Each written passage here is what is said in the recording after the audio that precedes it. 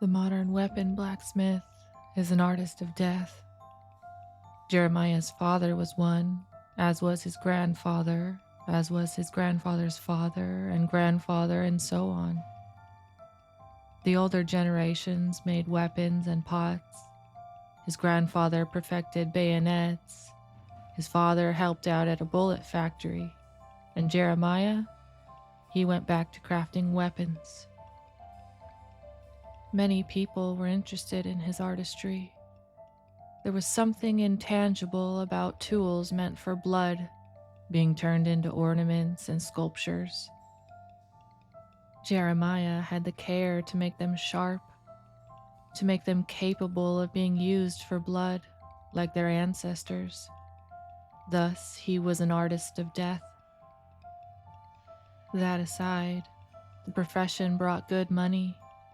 Buyers were few, but blacksmiths were even fewer, and the people his business attracted understood the value of what he did, and they paid accordingly. Right now, however, he was dying. Not literally, but of stress. He pumped the bellows to the furnace to continue preparing a sword while the blade of a battle axe cooled. It was hell managing two projects like this at once, but both clients were willing to pay extra to get their product earlier. And so there he was, sweating like a dog in the red glow of the fire. This was to be a longsword with a hilt of black-colored bronze and a dual alloy blade. Edges had to be hard and sharp, while the spine needed to be softer for flexibility. A rigid sword is a poor man's choice. Bendable swords last long, and they last well. This sword was to have a specific rose and thorn pattern engraved over its blade and hilt to give it the effect of roots growing out from the point of the blade, blooming into roses on the hilt. It would be a beautiful sword, though it pained Jeremiah that it would only be used as a mantelpiece. He recognized it was macabre how happier he'd be if his weapons were being used in actual warfare. But most art pieces had no utility. You couldn't use books as tools or paintings as carpets. Art existed for art's sake.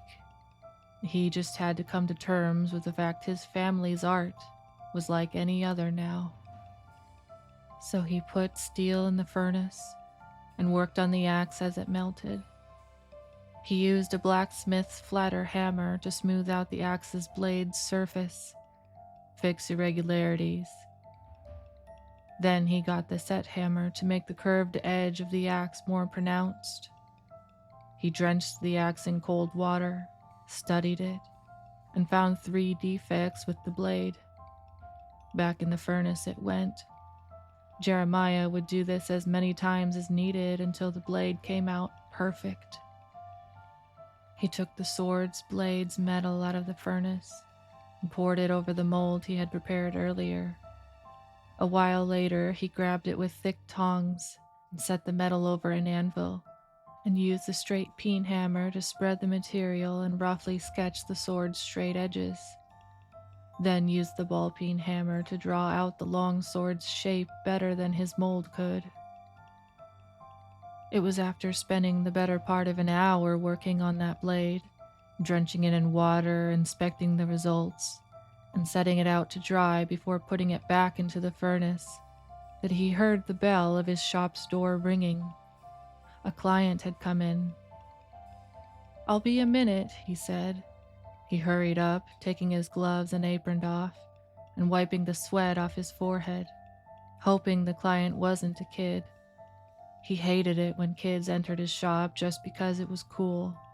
They always grabbed the exposed swords, despite the many big signs telling them not to. Yet when he got to the front of his shop, the door was already closing. It closed with a small cling as the bell above the door rang again. He shrugged. Most customers never ended up buying anything anyway. Most couldn't afford it. He turned to go back to the forge and, There was a large wooden box in the corner of the counter. It had a note by its side, and it was written in Gothic script, but thankfully it was in English. Your work has caught my attention a long time ago. It is nigh time I requested a very special kind of weapon, a scythe. Inside this box is half of what I'm willing to pay. I trust it is more than enough for the request. Inside you may also find the blueprint for what I am envisioning as well as the delivery address. I trust you will be able to make this work. Thank you. I will be near until you have it ready. Jeremiah whistled. Scythes were hard. Curved swords were already tricky enough to get the metal well distributed. A scythe had an even smaller joint. It would be tricky. He had never crafted one, but with the right amount of attention, he could make it work. He opened the box and was surprised to see a massive stack of $100 bills. True to the note's word, there was a neat page detailing the angle of the scythe's curvature, its exact measurements and proportions, and even the desired steel alloys. This was someone who knew exactly what they wanted. Perhaps another blacksmith wanted to test him, see if he could stand up to the challenge. So he started counting the money in between breaks for forging the sword and bettering the axe, heart thundering each time he went back to the accounting. The upfront money was 4 times as much as what he asked for his best works. This was an insurmountable payment, the likes of which his blacksmith ancestors had never seen. And this was a challenge.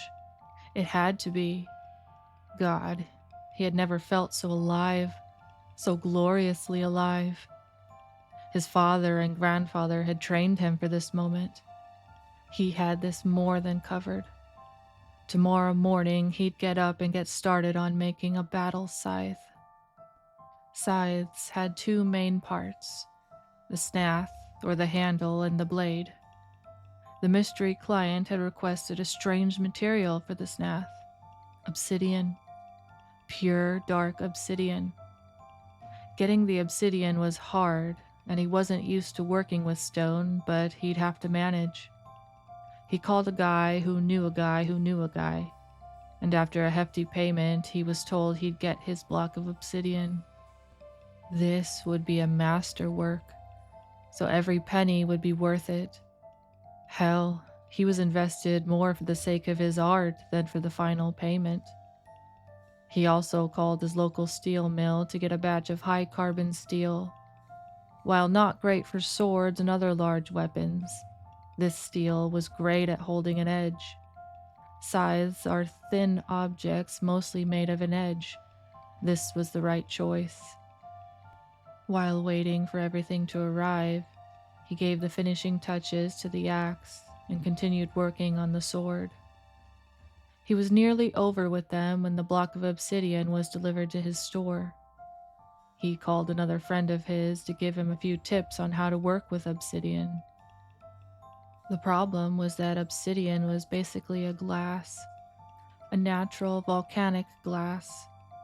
It was a brittle material, so carving out a curved shape would be tricky. He had to be okay with a certain degree of roughness. His friend was more surprised that he'd even had the money to buy an entire block of it. It was usually distributed as small chunks because intact blocks, apart from being hard to find, were expensive to ship. So he got started, switching from working on the snath to taking care of the blade. He got the steel in the furnace, turned on the ventilators, and his real work began. Days blended into nights, and nights blended to weeks. His soul soundtracked the ring of metal against the anvil. His soul exercised the rising of the hammers and their descent over the iron. This was his domain. This was his life. Slowly the blade grew thin, curved. and after each careful tapering of the heated metal, Jeremiah would check the measurements. Everything had to be perfect. Everything had to be right by the millimeter. The blade had to be deadly thin and strong for centuries. It had to be perfectly tempered, perfectly hardened. The snath was altogether a different experience. He was in uncharted territory. It was a good thing he'd bought such a large chunk of obsidian, otherwise he'd have wasted it all on failed attempts. Obsidian was so jagged, so brittle. He kept either cracking the snath outright or making it too thick or too thin in certain places. He had to get the perfect handle, and then he had to create, somehow, the perfect cavity to fix in the tang, the part of the blade shaped like a hook that would connect the blade to the handle. This constant switching of tasks and weighing different choices made weeks roll by without his notice. Jeremiah skipped meals, then had too many meals, skipped naps, slept odd hours, but none of that mattered. He had a goal, and he'd only be able to rest once his goal was achieved. As soon as he finished carving the perfect snath, the door opened and closed in the span of a few seconds. He found another note on the counter. The note had the same lettering as the side's note. I am pleased with your work. I will personally pick the weapon up 7 days from now. I need it to be perfect as much as you do. I'm counting on you. We all are. This note was a little weirder than the previous one, but who was he to judge? Most of his clients were a little eccentric, who wanted a sword in this day and age. So Jeremiah went back to the trance to craft a flawless weapon, turning his attention to making a reliable, sturdy tang. This part was by far the trickiest. Everything had to be impeccable. Everything had to fit like clockwork. Anything else and he wouldn't be satisfied. So the week went by, blindingly fast. Days blended together to the point where his nights were spent dreaming about the scythe and strange deep tombs. Jeremiah spent the last day sitting in silence in front of his store, hoping each passerby's shadow was his client. It wasn't until the sky was crimson and purple, sick with dusk, that the door opened at last. A tall woman in dark, flowing clothes entered. It was misty outside. It seemed like she materialized herself out of it. Mist made into substance on her command, shaped into whom Jeremiah saw now. Good evening, he said, reticent, then held his breath. Though she seemed to be made out of flesh, her countenance was not. It was made of stone, eyes closed like a sleeping statue. She was beautiful and terrifying in all her humanness and otherworldliness. Hello, Jeremiah. Her voice was like a stone rasping on stone, yet it was not unpleasant to the ear. It was rough but comfortable, yet her mouth didn't move as she spoke. It is ready. This was a statement, not a question. She was speaking directly into his mind somehow. A thought crept up on him and his heart beat so strongly his chest hurt. His ears rang. He could only nod. It is, he croaked. Her clothes, the weapon she'd ordered, the mist, the sharp colors of dusk, everything made sense. He knew who this client was, or at least who they were pretending to be. I apologize for not introducing myself. I am Death. A bead of sweat rolled down the sides of his temples. Had it come for him? So early? It was a surprise she existed, but that he could deal with. She was there to take him. That had to be it. Why? He hadn't done anything to deserve this. Rarely anyone ever does, she said, as if reading his thoughts. She probably was. Could I see it? Huh? He's confused, dazed, entranced by her smoke-like garments, by the smooth stone of her face and the flesh of her arms. The scythe. I would like to see it. He moved, but not of his own accord. He's a puppet, the strings unseen, not invisible, but out of his reach. He went into the back rooms and got the scythe, wrapped in a white cloth like an offering for the gods. It was. Here. With nimble hands, she unfolded the scythe and gripped it. The moment her hands touched it, the scythe shone impossibly black, ringing like a grave bell. The blade rang as well, smoothly, making a perfect octave with the other sound. Then silence. It is perfect, she said. The obsidian snath was carved with a pattern of thorns and petals, giving way to roots that went around the gilded blade. It was a perfect weapon. It was the perfect testament to his art, and it would kill him. I apologize once again, she continued, and he somehow knew her next words. I did not come only for the scythe. I came for you, Jeremiah. Your time has come. He stepped away from the counter. This is a joke, right? A prank? Death stayed still, the scythe starting to ring softly, almost like a distant whistle. That face, those clothes, the mist, it truly was death. No, he was being pranked.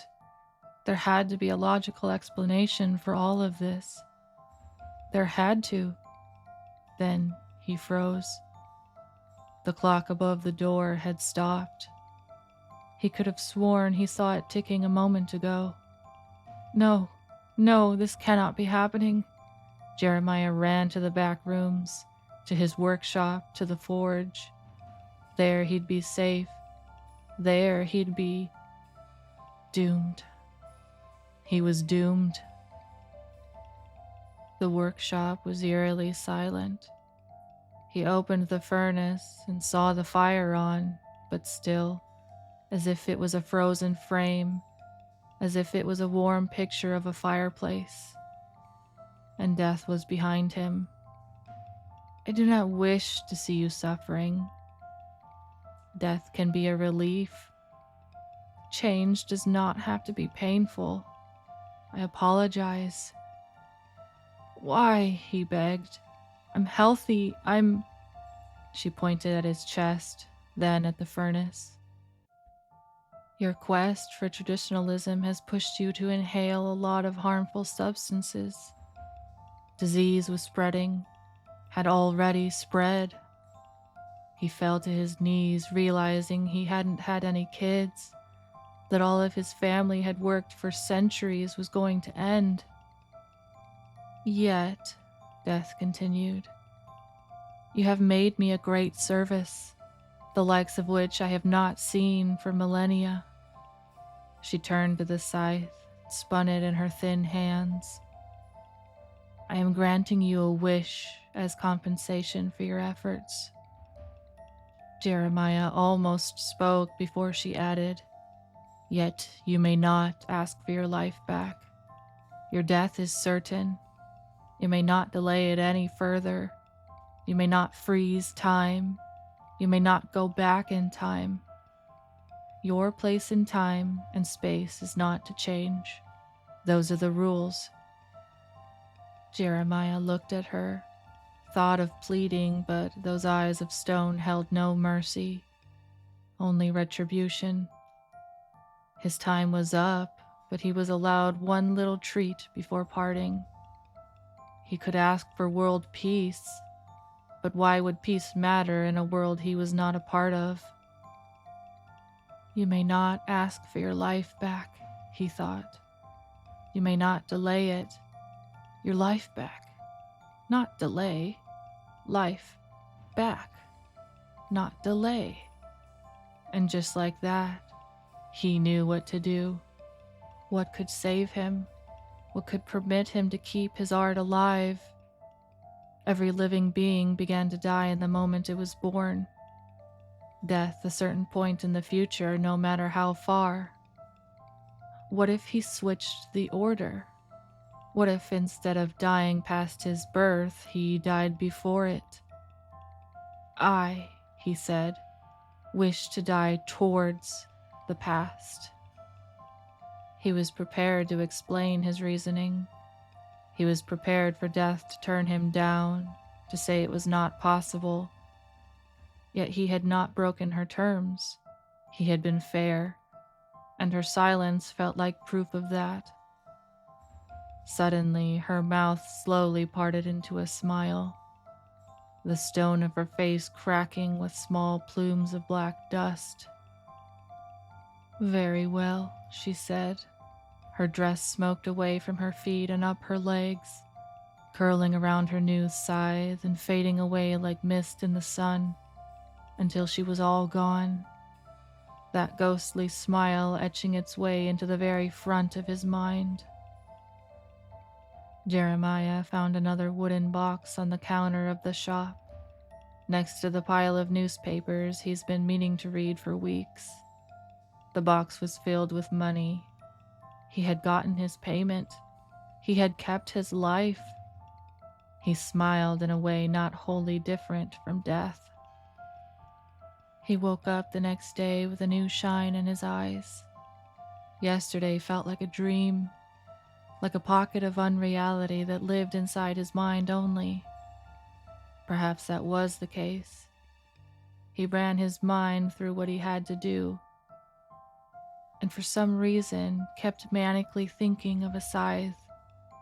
He didn't do scythes. They were tricky, far trickier than swords. Yet he was somehow aware of a process of making one, of the quick gist of the wrist he had to do to get the shape down. After breakfast and getting dressed, he noticed he had left his phone in his shop the day before, so he went straight there, entering through the back of the shop. Everything was laid out as if he had actually made a scythe. The molds, the hammers laying around, a chunk of glass-like stone. Obsidian? Gods, he had to go to a doctor. He nearly stumbled with a spike of anxiety that went through him as he realized that if he truly had made a scythe, then the other aspects of his dream were also true. Death. It's all in your mind, Jeremiah told himself. All in your mind.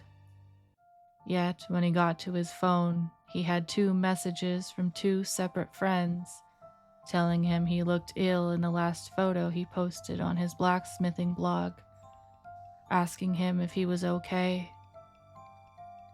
He opened the blog and it was true. His eyes were somewhat sunken, his cheeks harsher, and he appeared to be plainly sick. That didn't scare him. Scrolling up his last posts, however, did.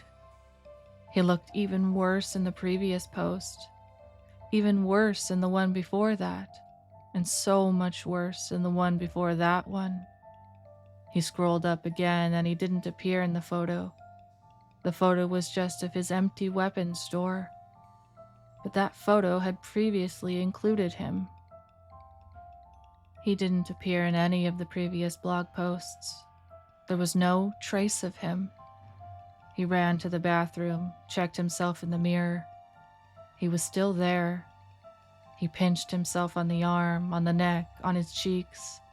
He was still there, damn it. He sped back home, went straight for the box in the attic that held his childhood photo albums. He appeared in none. None. There were pictures of his father playing with empty air where he had been. Pictures of his mother nursing a bunch of rags and blankets. A baby bottle floating, but nothing holding it. There was a picture of him holding the first knife he forged, except the knife was floating too. There was a picture of his first day playing soccer, except he was missing from the team photo. There was his graduation day, showing an empty stage.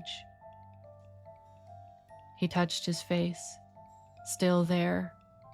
He scrolled through his phone's gallery, seeing the same pictures he had put up on his page. It was as if he was decaying at an alarming rate, except backwards in time, disappearing from the photos from 3 days ago and never reappearing.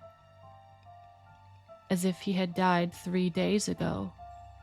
As if he was dying backwards. I wish to die towards the past, he had told Death. She had complied. What happened now? Was he immortal? Would anyone ever remember him? If photos from him from 3 days prior were gone now, then what about his friends' memories? His close family was dead, but he still had friends. God, he had clients. He had an enormous list of weapons to craft. He had a year-long waiting list. What would he do? He called one of the friends who had texted him, and as soon as he picked up, Jeremiah asked, "How did you meet me? Do you remember?" "What? Dude, are you okay? Just answer, please." "I think it was, that's strange. I can't seem to recall." 5 days, Jeremiah said. "We went to the pub 5 days ago. We talked about your ex-girlfriend and about another thing. What was that thing?" "We went to the pub?" his friend asked. Jeremiah hung up, heaving, sweat beading on his forehead. He felt dizzy, the world spinning and spinning, faster and faster. That bastard Death. She had smiled. She had known the consequences of his wish and gone with it all the same. He should have died. His father had drilled him on why he would never try to outthink someone older than him. And he had tried to outthink death of all things. What was even older than death? What did his father used to say? "Deep breaths, my boy, deep breaths. Take your problems apart. There's gotta be a first step you can take somewhere. Search it, find it, and take it. Then repeat until everything's over." If he could live as long as he wanted from now on, all he had to do was recreate his life, find new friends and the like. That was not impossible. He could do this. This would not stop him. If he had infinite time, then he could become the best blacksmith humanity had ever seen. Slightly invigorated and desperate for something to take his mind off all this, Jeremiah went back to his shop. As he went, he felt himself forgetting the pictures he'd just seen. What were they? Who was the child that should have been in the pictures? A moment of clarity came and he realized his memories were fading too. Of course they were. If he had died days ago, then the man who remembered his own childhood was also dead. He got to the shop, placed the box full of money still on the counter inside his safe, and glanced at the newspaper on top of the pile of newspapers he'd been meaning to read. The latest was from 4 days ago, and it was his village's weekly newspaper. A small square on the left bottom corner of the cover had the following headline: "Unnamed tomb in St. Catherine's Cemetery baffles local residents." He dove for the newspaper like a hungry beast going after dying prey. The article was short, and all that added up to the headline was that no one could say when the tomb had first appeared. Jeremiah combed through the newspaper pile and found the previous week's newspaper, which also had an article on the unmarked tomb. Yet the article was written as if the journalist had just discovered the tomb. Oh no, no, no, no. If this was supposed to be his tomb, then it meant no one would ever remember him, as the memory of his identity would vanish, for he had died long ago, in the past. Every time someone stumbled on anything that could remind them of Jeremiah, they would forget it and be surprised to find it again. It would mean his immortality was beyond useless.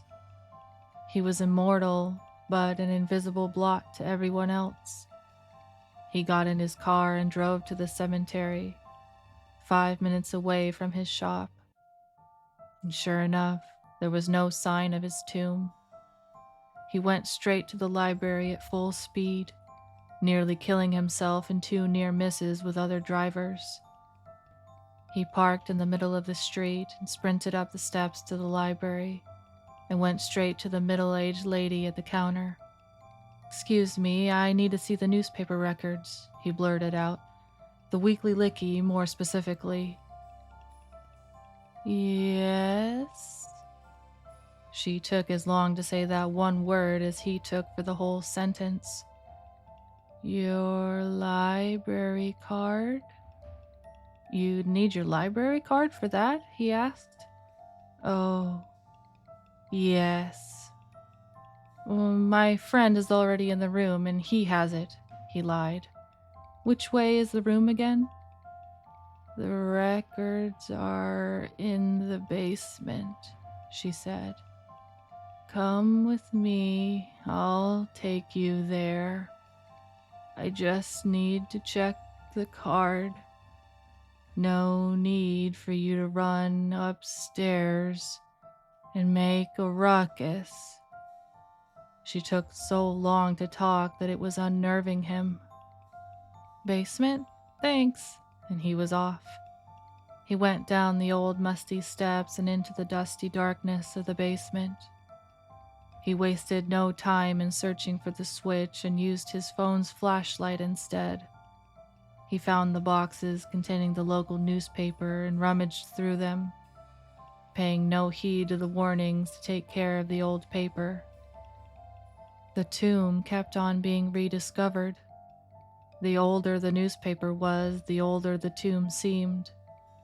The oldest edition was 73 years old, and the yellowed photo showed a tomb taken by vines and creepers, the stone chipped and cracked, like a 73-year-old tomb.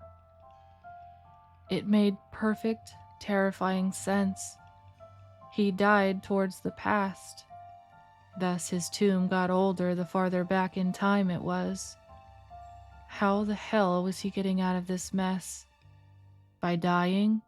By striking a deal? How could he even find death again? How did he make her come to him? How?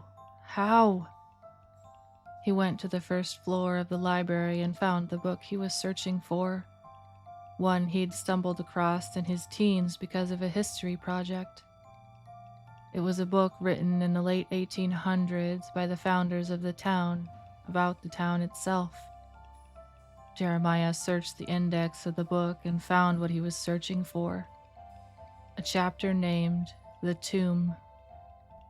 In it was a discolored picture of his tomb and a hypothesis of how that tomb was already there. The stone was extremely weathered, barely standing, but there's no doubt about what it was.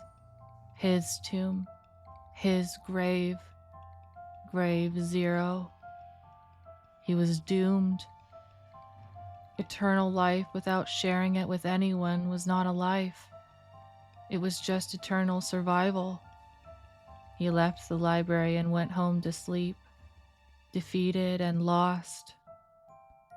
In the dream, he's in a field on top of a hill. The surrounding hills look familiar, and Jeremiah sees he's in this town's cemetery. But before him is an unmarked tomb. the shape well familiar to him. It's his tomb, his resting place, yet now there's a door of stone in front of it. He kneels and pries it open. It opens easily as if it was made of paper. Stairs of ancient stone descend into the darkness, curling into an ever-infinite destination. Jeremiah has nowhere to go, no time to live any longer. He died and presently lives. He knows that is not right. It is time to fix his mistakes. So he takes the first step and descends, sees that the stairwell is not as dark as he thought, though the sky is now a pinprick of light above him. There's another source of light farther down. The level below has a door of stone as well. He opens it and sees a blue sky, the same hills but a different fauna. There are plants he's never seen, scents he's never smelled, and animals he's never seen. He sees a gigantic bison, a saber-tooth, a furry elephant, a mammoth. He should be surprised. Awed even, but he's numb. He's tired, and he's out of time. He looks at himself in a puddle and sees a different version of himself. He's thinner, his hairline's not as receded, his beard is shorter, spottier. He's younger. He returns to the staircase and goes down another level, finds another door. He steps out and is greeted by a dark sky, yet it is still day. The sun's a red spot in the darkened sky. Darkened? Darkened by what? The smell of something burning hits him, and he notices flakes of ash falling from the sky. There are only a few animals around. Flying reptiles and a few rodents, dinosaurs and mice. There's a piece of ice by the tomb and he looks at himself in it. His face lacks any facial hair whatsoever. Pimples line his cheeks and forehead, and his hair is long. He does not recognize his reflection. All he knows is that the memory of what his eyes see is dead, long dead. The cold air and the smell of fire and decay are too much for him, and thus down again he goes. There's another door down below. The handle seems higher, but that is because he's shorter. He opens it and sees a gigantic feathered beast with sharp teeth as big as human head coming straight at him. He slams the door closed. He looks at his hands and sees that they are the hands of a child. He doesn't know what these hands have felt. He doesn't remember. Must have been someone else. There are still stairs going down yet another floor. As he descends, his legs wobble and grow weak and fat until he's forced to slow down to a crawl. Meaty limbs struggling to hold him as he climbs down the steps. The steps are nearly as tall as him now. This door has no handle, and all he has to do is push. He crawls, his baby body like a sack of liquid, impossible to move in the way he wants. Beyond the door is lightning and dark clouds of sulfur and acid. There is no life. There is nothing but primitive chaos.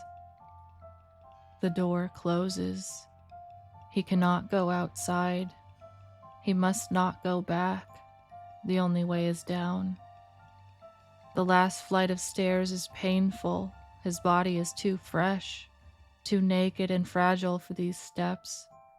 Nonetheless, he makes his way down. The steps, now taller than him, like mountains, like planets he has to make his way across. The floor he reaches is the last one. There are no stairs anymore. There's only ground and the door frame without a door. Beyond it is darkness, pure darkness, not made in the absence of light, but of the absence of everything, pure nullification, pure nothingness except for the slight outline of a scythe growing in the fabric of the universe, roots stretching across the emptiness, so familiar. This is it. This is what he's been searching for. This is what he needs. He knows nothing else, remembers nothing else. He is now the blankest of slates. He is nothing. He pushes his body forwards with his arms in one last breath, crawling into that final oblivion